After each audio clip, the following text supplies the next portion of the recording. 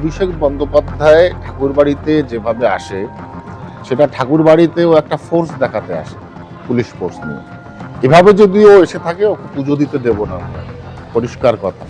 এটা তিনি যদি তার পৈতৃক সম্পত্তি মনে করেন তাহলে তিনি ভুল করবেন। ঠাকুর বাড়িটা একটা দেবত্ব সম্পত্তি এবং সেখানে যে কোনো মানুষকে তারা পুজো দিতে পারেন। হরিচাঁদ গুরুচাঁদ এটা তো কারোর একার সম্পত্তি নয়।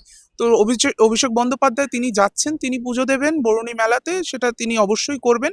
এটা নিয়ে শান্তনু ঠাকুরের খুব বেশি কিছু কথা বলা সাজে না। তিনি ঠিক যেরকম ভাবে মতুয়া সম্প্রদায়কে বাংলাদেশি হিসেবে চিহ্নিত করে করে 100 টাকা 200 টাকা 500 টাকা করে করে তিনি চাঁদা তুলছেন, তিনি সেটাইতেই মনোযোগ দিন। কিন্তু শান্তনু ঠাকুর বলছেন যে তিনি যদি ফোর্স নিয়ে আসেন না, পুলিশের ফোর্স দেখাতে আসেন অভিষেক বন্দ্যোপাধ্যায় Z+ সিকিউরিটি আছে, তিনি যেখানেই যাবেন তার সাথে তার সিকিউরিটিরা থাকবেন। উনিও একজন মন্ত্রী, কেন্দ্রীয় মন্ত্রী, ওনার সাথেও উনি যেখানেই যান সেখানেই সিকিউরিটি থাকে।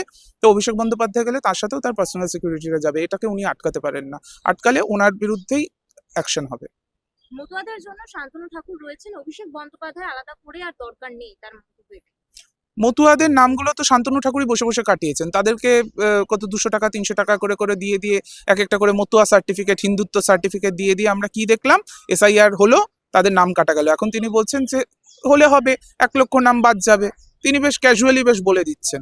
আরে বাবা, তাহলে মানে তুমি কি, তুমি তো নিজে মতুয়া, তাহলে তোমার নামটা তো কাটা গেল না? তুমি তো বেশ কেন্দ্রীয় মন্ত্রী হয়ে বসে আছো।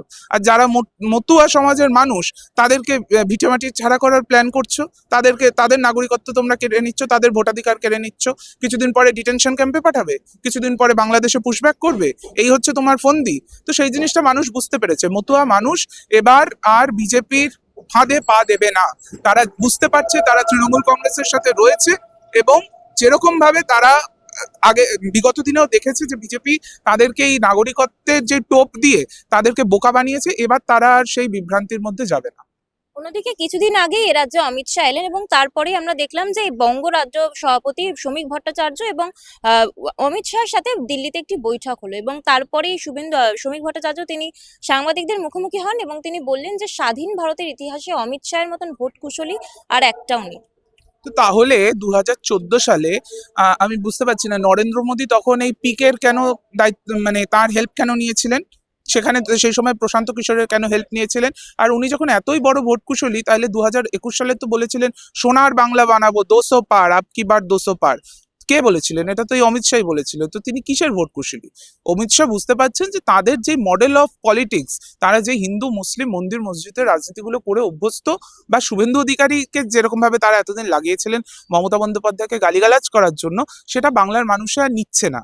আর তারা যেরকম ভাবে বারংবার বাংলার মানুষকে অপদস্থ করছে, তাদেরকে বাংলাদেশি হিসেবে চিহ্নিত করছে, বাংলা বললেই বাংলাদেশি, তাদেরকে SIR করে তাদেরকে বাংলাদেশে পাঠানোর চাল করছে, এই জিনিসগুলো তো বাংলার মানুষ মেনে নেবে না। তো সেই জন্য তিনি বুঝতে পারছেন যে এগুলো করে কিছু হবে না। সেই জন্য শ্রমিক ভট্টাচার্য যখন কিছু কিছু কথা বলছেন, অমিত শাহ এলেন, উনি একটা পাবলিক মিটিং করতে পারলেন না। উনি ভেতরে দেখি এমন কিছু কৌশল বুঝিয়েছেন। কি কৌশল বোঝাবেন?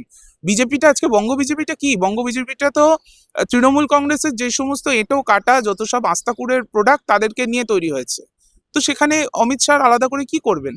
কোনো কিছুই করার নেই। তিনি যতই আসুন, যতবার আসুন, তিনি পোস্তের বড়া খান, যাই খান, তিনি আর কিছুই করতে পারবেন না। শিশির অধিকারী আমরা দেখলাম তিনি মন্তব্য করছেন যে তৃণমূলে এসে তৃণমূলে ঢোকাটাই তার ভুল। আমারও মনে হয় যে তৃণমূল কংগ্রেসের তার মতন একজন মানুষকে মন্ত্রী করাটা ভুল হয়েছিল। কারণ তিনি কোনো কাজেই লাগেননি। তৃণমূল কংগ্রেসের পুরো পূর্ব মেদিনীপুরটাকে শেষ করে গেছেন তিনি এবং তার গোটা পরিবার মিলে। প্রত্যেকের তো 10টা করে পদ ছিল, করে পূর্ব মেদিনীপুরটাকে শেষ করে গেছেন তারা। তৃণমূলেরও উচিত হয়নি এবং বিজেপিরও বলিহারি। এইরকম একজন এত বয়স্ক একজন মানুষ, যাকে সন্ধ্যেবেলায় ফোন করলে তিনি সংলগ্নভাবে কথা বলতে পারেন না, অপ্রকৃতস্থ থাকেন, সেই রকম একজন লোককে আজকে মাচার পলিটিক্সে নামিয়েছেন কেন? তার তো এখন বাড়িতে বিশ্রাম নেওয়া উচিত। তো তিনি এই ধরনের কিছু কথা বলবেন, এই কথাগুলোর কোনো প্রাসঙ্গিকতা নেই বাংলা রাজনীতিতে।